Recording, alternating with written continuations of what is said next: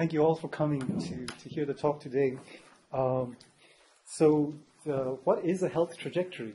So I've got the answer on my next slide. It's the rate of change in health per unit of time. I think now that I've answered the question, we can all leave and it's time to go. Well, okay, that's being a bit facetious, but I thought I'd expand on what do I mean by the rate of change in health per unit of time. So whenever we hear the words rate of change, for those of you who are mathematically inclined, I certainly am not, but rate of change, when we hear those words, we think, oh, it's a derivative. It's the first derivative.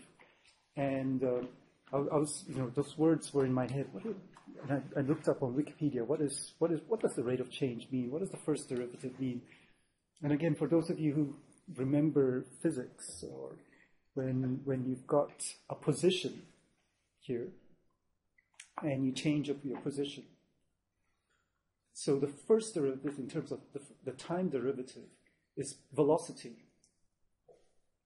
So the rate of change with respect to position in terms of time, the time derivative is velocity.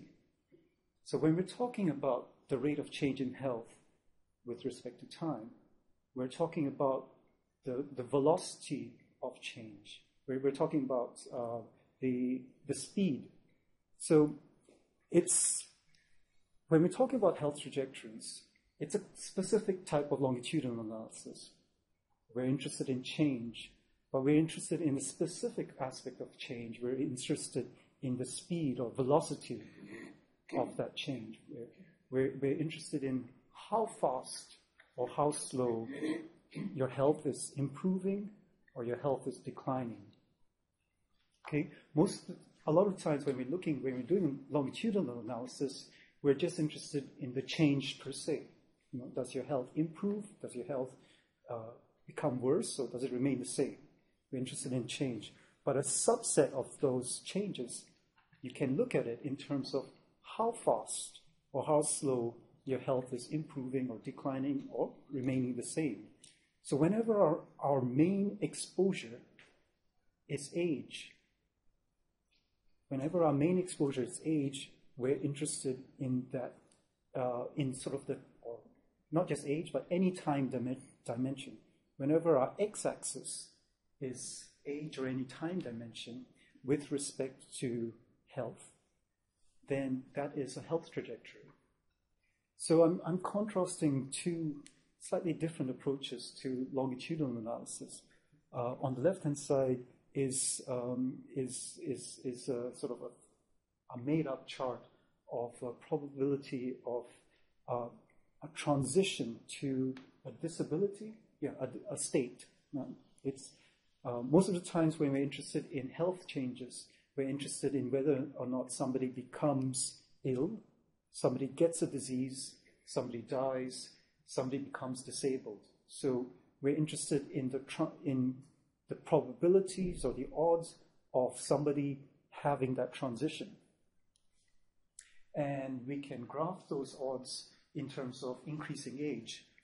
But most of the times, again, I'm making a huge overgeneralization, but in epidemiology, in public health, in social sciences, we're not terribly interested in age as the main exposure. We don't really, all of us kind of know that as we get older, our odds of getting a disease or having an event increases. So this kind of graph on the left-hand side is not very informative. And most of us, when we've got age in our analysis, it's not our main exposure. It's something that we control for. It's a confounder. We adjust for age, or sometimes we look at age interactions. But age itself is not our main. It's not an interesting variable in itself. However, when we're looking at health trajectories, our main exposure is definitely age. And this is a kind of aging analysis. So whenever people do aging analysis, one of their methodological toolkits is to show what is the rate of change in your outcome, whether it's health or development or any other sort of aging-related outcome. How does that change per unit of time? And most of the time, our time axis is an age axis. So just to reiterate, from this graph, you can work out how fast or how slow say this is a person's, this is the trajectory for a single person. So you can work out from this graph how fast or slow this person's functioning is our dependent outcome variable here.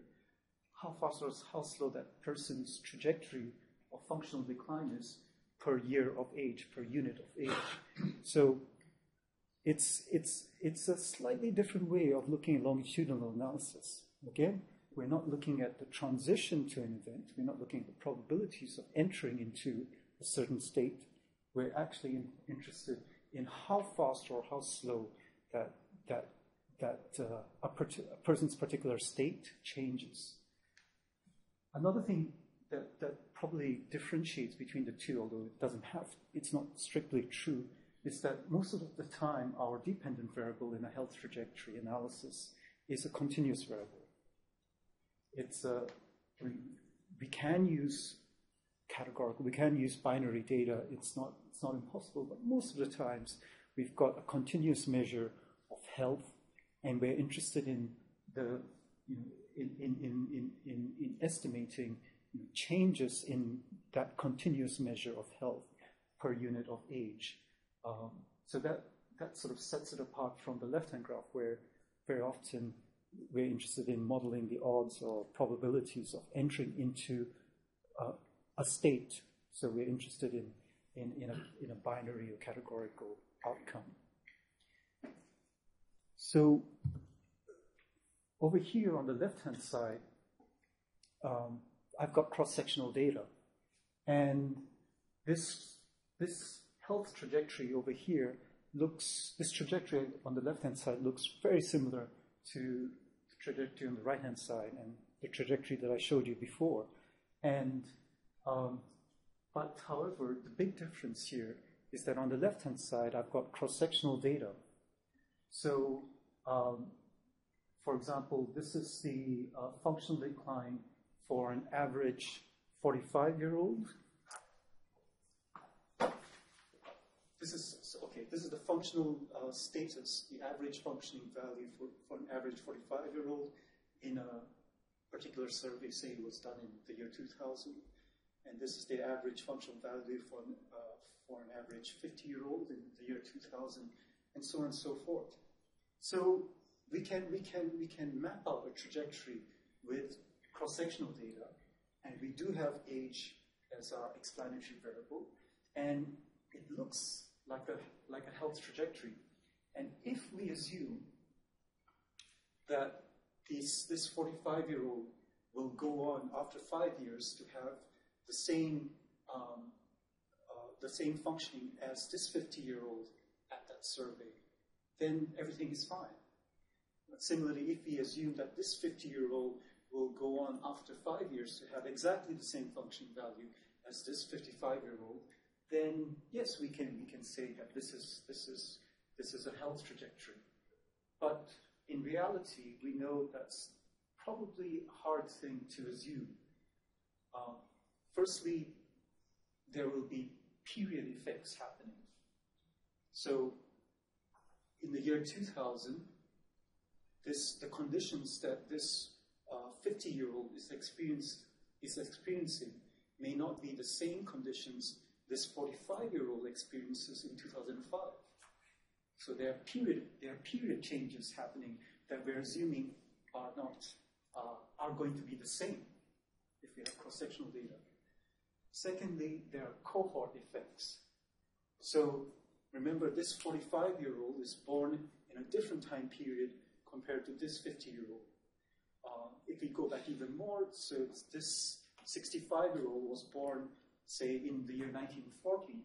So that was a completely different set of circumstances compared to if you're born during the baby boom time in the year 1960.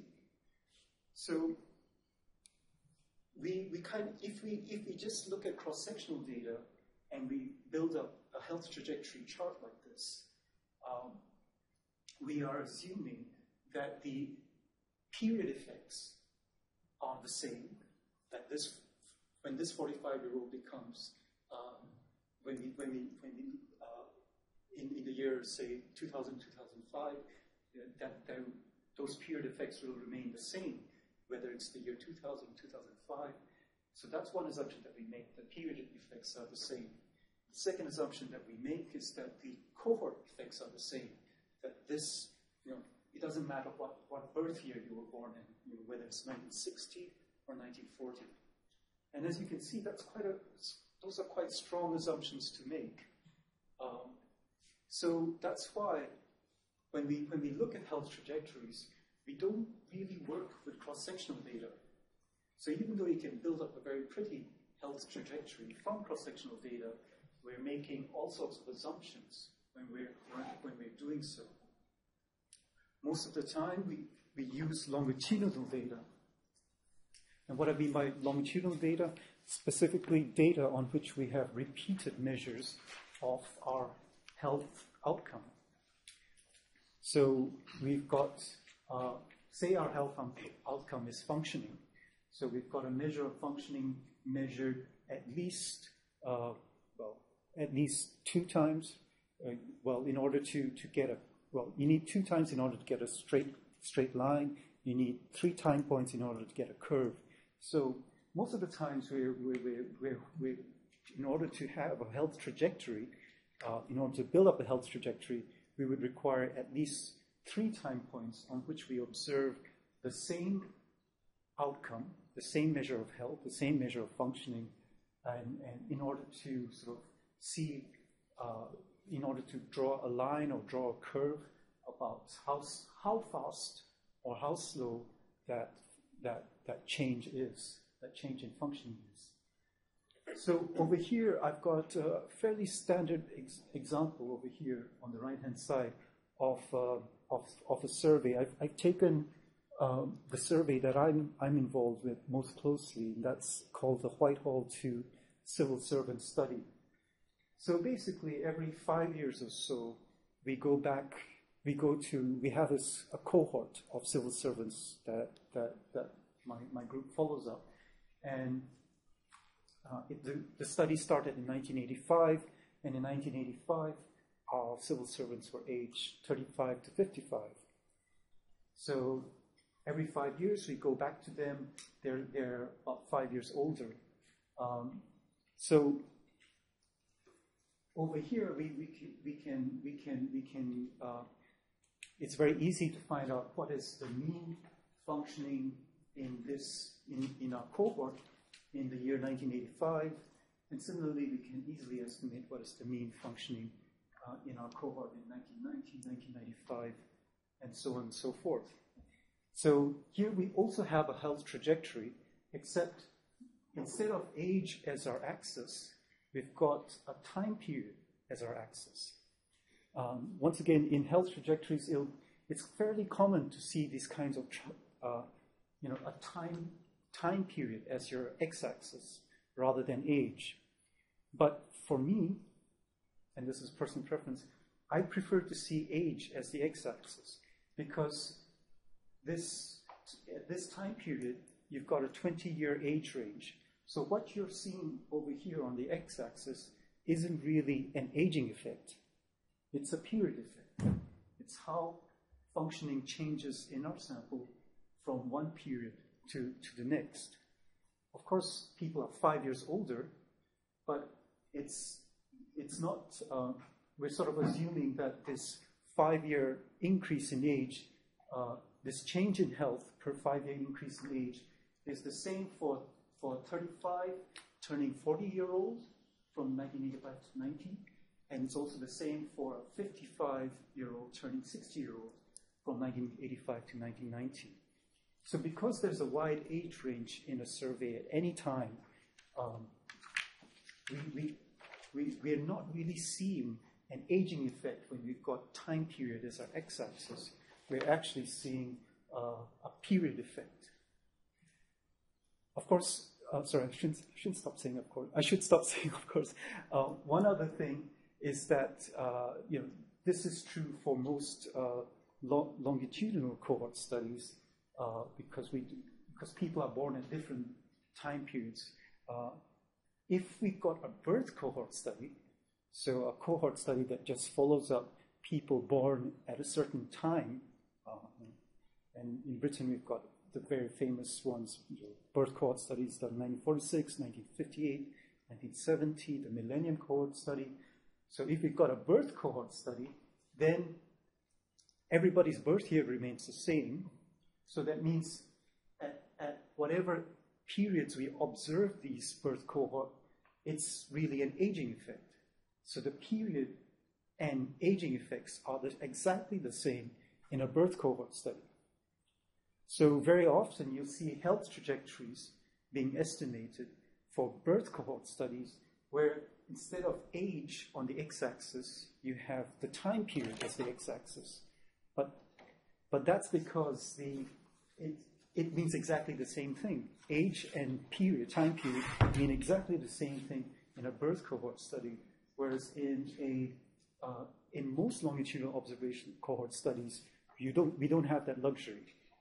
So that's why I tried, in the next slide I show, try to rearrange this so that we have age as our x-axis rather than time period. We're really interested in this kind of health trajectories analysis to have an x-axis that really reflects age and not time period. If we have a birth cohort study, then we have the luxury in saying age and time period are exactly the same. But most of the times when we've got longitudinal cohort studies, we don't have that luxury. So we need to often transform this x-axis from time periods into age. And that's relatively easy to do. You've got to transform the data, and I can show you an example of how to transform that data. But basically, we want our health trajectory most of the times to look like this, where we've got age as our x-axis and our health or functioning or whatever measure of health as our y-axis. And we're interested in this rate of change in our health as age increases, or rate of decrease in our health, in this specific example, as our age increases. So it's really about how fast or how slow our declines or improvements in health are per unit of age. And so again, it's relatively easy in most statistical software packages to estimate what is the mean physical functioning for an average 45-year-old in our sample, for example. So we could say we can calculate or estimate, using descriptive statistics, the mean health or functioning for all 45-year-olds, all 50-year-olds, do a descriptive statistics, split our sample by age or age group, and obtain a mean value of our health for every 45, 50, 55-year-old, and plot that. So that's something that's really easy to do. You don't need any complex modeling to do that. You can get this kind of health trajectory. However, you will only get the mean health trajectory, of course. You won't get any sense of how different these health trajectories are for each person. So in order to obtain, it's very likely that this is the mean health trajectory, but very often for a specific person, this change in health per unit of age might be less steep or might be more steep for certain individuals. It might actually go completely the other way. Yeah, there's no reason why everybody has to decline in life. For some people, their functioning ability might actually increase with age. So we won't get any sense of that if we just estimate what is the mean functioning for an average 45-year-old, 50-year-old. In order to get an idea of what the variability in these health trajectories are for every individual, we need to do some statistical modeling. And the most common type of statistical modeling in order to obtain these trajectories is to do a growth curve model. So I'll talk a little bit about what I mean by a growth curve model in the next few slides. basically, there are two common ways of estimating a growth curve model. The first is a multi-level, is in terms of doing a two-level, multi-level model, and the second is in terms of doing a latent variable model. But I'll concentrate for the most part on this two-level, multi-level model to start with. So what do I mean by two levels? Well, we have got a level, which is the period. That's level 1. And another level, which is the person. That's level 2. So we've got periods of observation that are clustered within a person. So these periods of observation, during these periods of observation, say 1985, we observe what health person A had in 1985.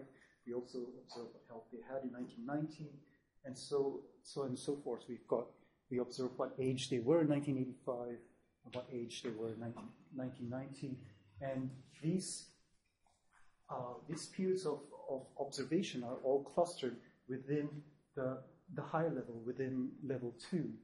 So in sort of multi-level terms, we call any variables that are at level 1, we call them having an ij subscript, whereas any variables that are happening at level 2, we denote it by saying they have a j subscript. It sort of distinguishes that over here, once you have a person level characteristic, say sex or gender, that doesn't change for every period that you observe. Sex will be constant in every period. So it doesn't change for period I. Sex remains constant. So sex is at level 2 and will have a j subscript.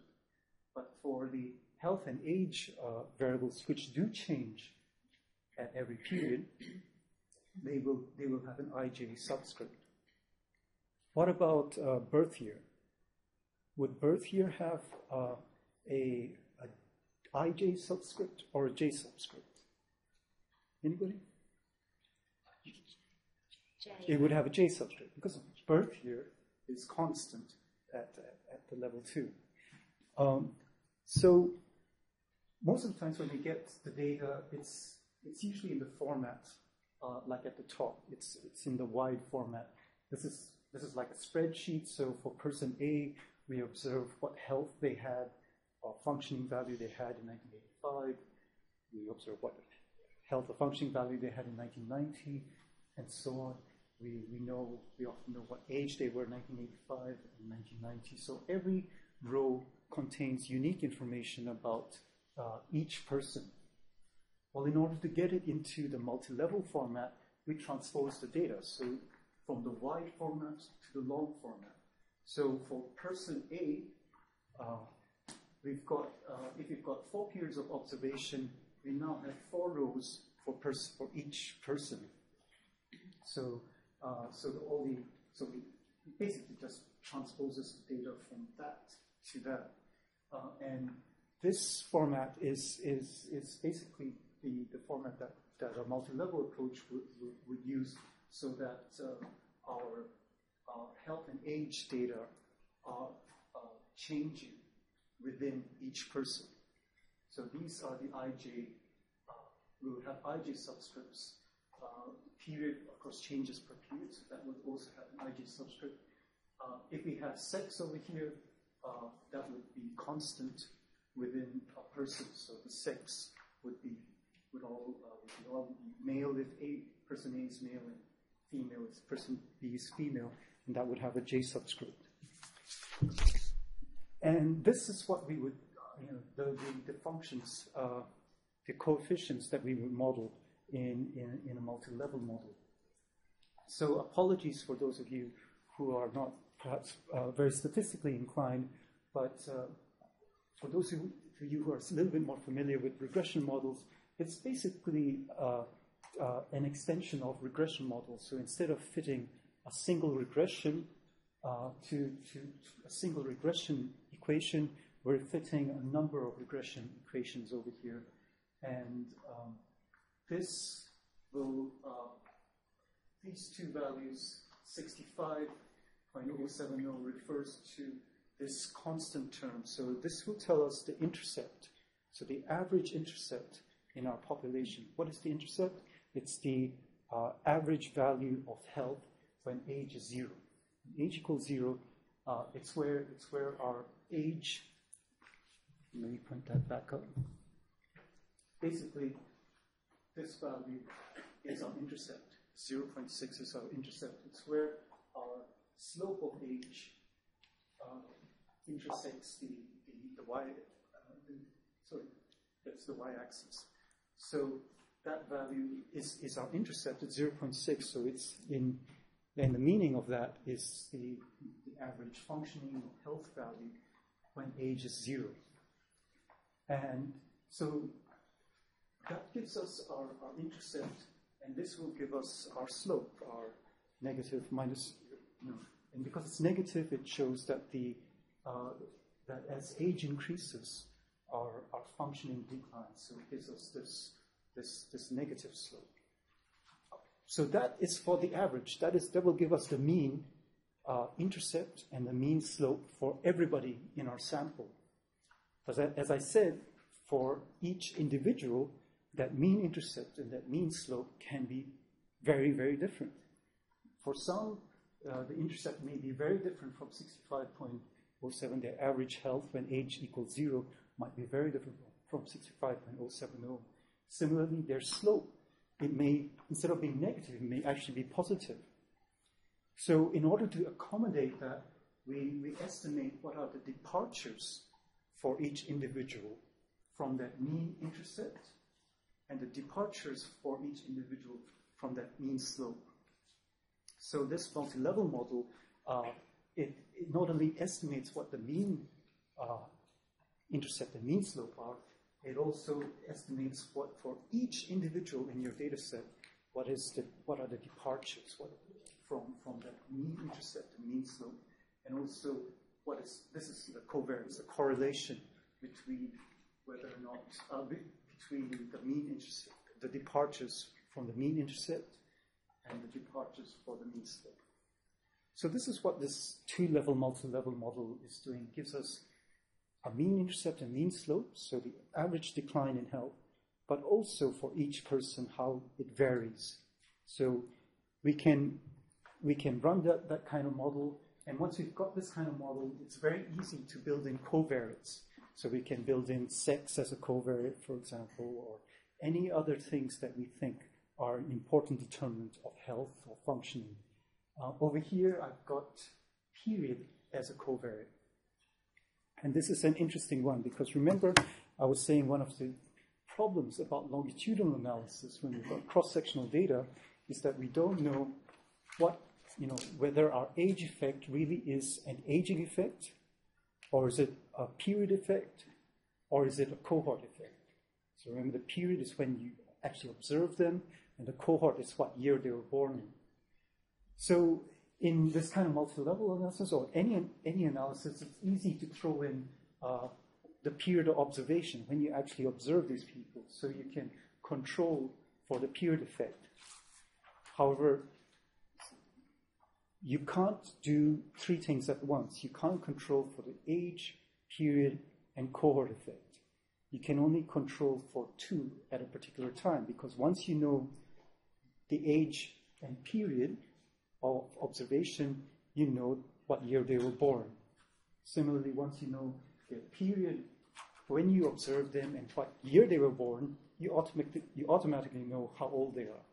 So you can't throw in all three things into your equation. So you've got so you can only really control for two things at a time. And so in this kind of analysis, we just have to assume that say we've got age and period here, we assume that the cohort effects are small, that the effect of being born in 1940 on health is the same as being born in 1950 on health, which may be quite a strong assumption for some people to make. So in this kind of regression model, it's easy to control for other confounding factors. And once we estimate these coefficients are, the slope of age is, what the intercept is. Over here, it's easy enough to draw. It's very easy to draw out what the predicted value is. So this gives us the mean, the mean intercept and the mean slope for the population in our sample. What is the average trajectory of health? How does that health? How does their functioning value change per unit increase in age? So this is the mean line for everybody in our sample, and this is the line for every individual in our sample. So remember, I was saying, well, in order to draw this mean line, you really don't need to do any complex modeling. But in order to draw these lines for everybody in our sample, you really need to do this kind of multi-level modeling, where you can estimate a separate effect of age on functioning for every individual in your population, in your sample. And over here you see, well, yes, there's a general tendency that as everybody ages, their functioning value decreases, like the average slope. But for some people, that decline is much steeper, and for other people, that decline is not so steep. That's one thing to observe. The other thing to observe is that as people get older, there's more variability in the functioning scores. When people are younger, there's much less variability in their functioning scores. But as people get older, there's much greater variability in their functioning scores. So this kind of method takes account of this kind of variability in functioning scores as people get older. So it's your health trajectory doesn't have to be so simplistic. This is a very oversimplistic view of the rate of change in people's health as they get older. It's oversimplistic. This is much closer to how reflecting what the data actually looks like. So I said there are two ways of estimating a growth curve model. So all of these models that I've been talking so far are a specific type of multi-level model called a growth curve model. And you don't have to run a multi-level model in order to do a growth curve model. For those of you who are more familiar with latent variable models, you can estimate these growth curve models using latent variables, whereby for each observation of your dependent variables, say you've got health in 85, health in 1990, health in 95, health in 2000, in each of these Y1 to Y4 boxes. So in the growth curve model formulation, you have two latent variables being estimated. You have the intercept being estimated and the slope being estimated. So this corresponds roughly to these intercept and slope terms that are estimated in a multi-level model. So very similar concepts that you can estimate in a latent variable model and in a growth curve model, but with one big difference. Well, more than one difference, but for me, the big difference in terms of health trajectories is that over here, you're not really estimating the slope of the age effect on health. You're estimating the period. Remember, this is health in 85, health in 90, health in 95, health in 2000. So these are different periods. Now, it's okay if you've got birth cohort data, because the period effect equals the age effect. But when you've got a longitudinal cohort study with people of different ages born in different birth years, then what you're observing here is not really an age effect. It's a period effect. And then you've got to be careful in your interpretation of what this slope is, because your interpretation of the slope would be it's a period effect rather than an age effect. And again, my personal preference is whenever you do health trajectories, you're not really interested in period differences. You're not really interested in the slope effect of the slope effect of period. You're really interested in the slope effect of age. And so a growth curve model like this would only be useful for birth cohort studies.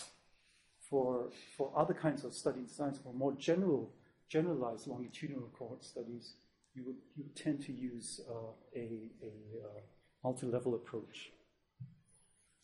So I've got a few examples of applications of these growth curve models, and by far the most common application is in terms of these growth charts. I'm sure everybody's familiar with them. These are height for age and weight for age charts for children of different years. Over here we've got age as our x-axis, and we've got weight as our dependent variable, and height, stature as another dependent variable. And these charts are taken, are the established charts for a particular population. I'm not sure which population this is. It's probably a Western population. So we know that the normative growth and development, the increase in height or increase in weight for a 2-year-old or a 3-year-old we know what that data is, and because of repeated observations, and we can see the differences between whether a particular child is at the average growth for the weight or height, or whether they're underperforming for their age, or perhaps they're putting on too much weight for their age.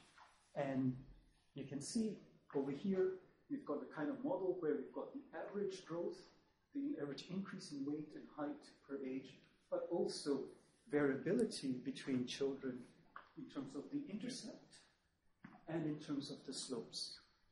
So the intercepts and slopes are different for each child. So that's one kind of application of growth curve models.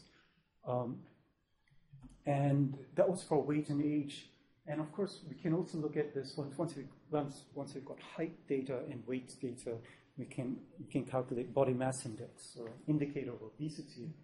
And this is an interesting paper that compares the development of obesity between two birth cohort studies. So perhaps the oldest birth cohort study in England, the 1946 birth cohort, and another birth cohort that was born in 1958. And everybody knows that as people get older, they tend to put on weight, and especially there are strong period effects. So that in the last 20 years, the population has become increasingly heavier, increasingly more obese.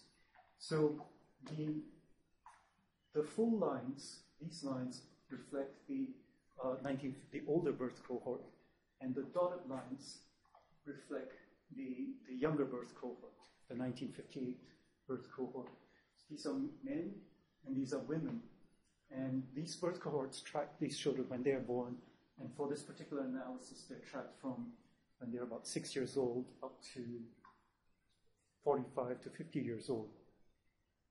And so they've divided the obesity categories into two types. That you've got the overweight category, so BMI value between 25 and 30, and the obese category, the BMI value greater than 30. And it generally shows a pattern that as men and women get older, they put on weight. Okay, that's not surprising. But for the older cohort, for the men born and women born in 1946, they put on weight at a slower rate compared to the men and women born in the 1958 cohort. So this is for overweight, this is for obesity. You can see that the 1958 cohort are becoming obese at an earlier age than the 1946 cohort. And that's true, particularly true for men, but it's also true to some extent for women. You can see that women are becoming obese and overweight at an earlier age for the 1958 cohort compared to the 1946 cohort. So this is observational data. We can get what are the prevalences of obesity and overweight in our. We don't need to do any complex or fancy modeling here, but the authors did do this fancy modeling, and so the lines are the health trajectories, are the BMI trajectories, and the dots are the observed values. So they managed to get a model of trajectories of BMI that fit the observed values pretty well. You can see it's a very well fitting model, and it's pretty much the same message that you just saw during the younger ages, up to about 15 or 20 years old. At younger ages, there's not much difference between these two generations, those born in 1946 and 1958. But as they get older, past 20, past 25, there are generational differences that emerge, so that those born in 1958 put on weight at a much quicker rate than those born in 1946. One thing that I'll talk about in the limitations is that, as I said, in order to do this, you need to have repeated measures of your outcome variable. And for measure like height and weight in early years, it has the same meaning. What do I mean by that? Putting on height when you're a child is generally a good thing. It's a sign of development. Putting on weight also tends to be a good thing. To be an underweight child is usually seen as not a good thing. For body mass index, though, especially putting on weight during adult years, is generally seen as a bad thing. So you've got a slight problem over here where the meaning of putting on weight differs according to the period, the lifespan. So this putting on weight during this period is probably a good thing, even though it's correlated with putting on weight later on, which is a bad thing. And when we think about even later on in life, say past the age of 70, then losing weight is a really bad thing.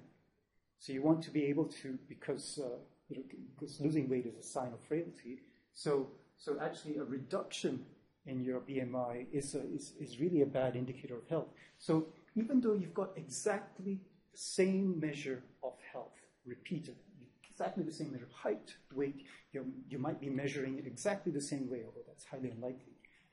You've got the same meaning. You've got the same measure of health and weight, which is a necessary part of your health trajectory. You've got to have repeated measures of exactly your same outcome. But even though you've got that, the meaning really changes over the life course. So you can't really say that the meaning of putting on weight is the same in early life, in midlife, and in later life. And it's very, very rare to have a health outcome that spans the whole of the life course. I can't think of one, but I'm not really a medical person. You might be able to think of one, but it's very hard to conceptualize it. Most of the times when you think about cardiovascular disease, those risk markers for cardiovascular disease don't really appear until midlife, until age 35, 40 onwards, and they don't really apply for younger populations. So it's very hard to think about what could be a common measure across the whole life course. But for specific periods of the life course, I think these kind of health trajectories are really very useful. So in my research, I've been interested mainly in the older range of the population. So I've been interested in functioning as the measure. So over here, I've got ages from, basically from around 45, 50 years old up to age 70. So I'm interested in the rates of change in this physical functioning parameter as people get older. And I'm also interested in sort of social class differences. So over here, I've got people belonging to the highest social class, the highest occupational grade, middle grades, and the lowest grades. And on the left-hand side, I've got the period effect. So this is the mean physical function score for a low-grade person at the latest phase. And we can see their mean physical function score at the earliest phase, phase 3. And we can see there's a general pattern of these. Firstly, that the lowest grades have lower physical functioning to start with, and that this gap becomes wider at later phases. So it's very easy to estimate this. We don't need a model. We can just find out what is the mean physical functioning score for each grade at each period. However, it's not a growth curve model. Well, I mean, well, it could be a growth curve model, but it's not really a health trajectory because we don't really have age in our axis over here. We've got time period, and each time period has at least a 20, 25-year age range. So we're really not observing an aging effect here, but we are observing an aging effect here when I translate this into a growth curve model. So it gets pretty much the same results. As people get older, their physical function declines, and there's a widening gap between the high and low grades as they get older. And I've also repeated the same analysis for mental functioning. So the general pattern here is the reverse of physical functioning. So the general pattern is as people get older, their mental functioning tends to improve, although at baseline, at phase 3, there's not much of a gap between these occupational classes in terms of their mental functioning, but these differences emerge later on in the study, and we see these differences also emerging when we've got age as our x-axis, although this is much more stark. The improvement in mental functioning is much more remarkable when we've got age as our x-axis rather than time period as our x-axis. And one more example. This is a very recent paper that just came out a few weeks ago, and I found this a very interesting paper because up till now I've just been concentrating on showing you the health trajectories, but of course there's just one type of longitudinal analysis. Remember, I started this talk by saying there's the other type of longitudinal analysis where we're interested in health transitions. So over here, this person looked at a cohort. I think it was a birth cohort. Well, okay, 1912 to 1921 cohort. So he or she is taking, over here, he's got time period as the x-axis. But I think he or she is saying, well, it's a sort of a 9-year gap, so it's not such a wide age range. So the interpretation of the x-axis over here is in terms of an aging effect rather than in terms of a period effect. And over here, he's shown what are the probabilities of becoming disabled at the top graph, and in the bottom graph, he or she shows that what are the trajectories of disability once you become disabled. So once you become disabled, how disabled do you become as people get older? So the top graph is about the transition to a disabled state. So that's one kind of longitudinal analysis where we're not so much interested in the rate of change, but in the bottom graph, they're really interested in how fast or how slow people's disability trajectories increase. So a higher score means a higher disability over here. So that was a really interesting paper that came out. So, yeah. Okay. So just to end on the fact that our limitations are that we really need to have at least 3 repeated health measures or whatever outcome measure that we want as our dependent variable, and often that's a limitation because longitudinal data is very hard and expensive to collect. As I was mentioning, there are differences in the meaning of that health variable at specific times of the life course. Putting on weight could be a good thing for younger ages, but a bad thing for older ages. As with any longitudinal data, we've got missing data and problems with missing data, and especially with health as our dependent variable, when we're talking about looking at changes in health as people get older, the reasons why people might be missing health data is because of health. They're too ill, they drop out of the study, or they die. We no longer have their values of health. So we've really got very systematic problems in missing data for these kind of repeated measures analysis. And we still got this problem of age, period, cohort effects. So we can look at age and period effects or age and cohort effects, but not all 3 together. Although if we make some really rough calculations, we can it is possible to have all three together if we make some very broad assumptions. So just to summarize, the health trajectories are really about velocity.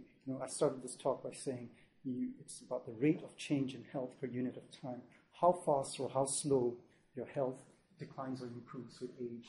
The x-axis is usually age. It's really easy to fit a multi-level framework, and it's really easy to look at these interactions between groups and age. So remember, our main exposure is age, but most of the times we're really not so interested in the age per se, but really the interactions between another kind of exposure variable like social class or gender, and so group differences between these age intercepts and slopes.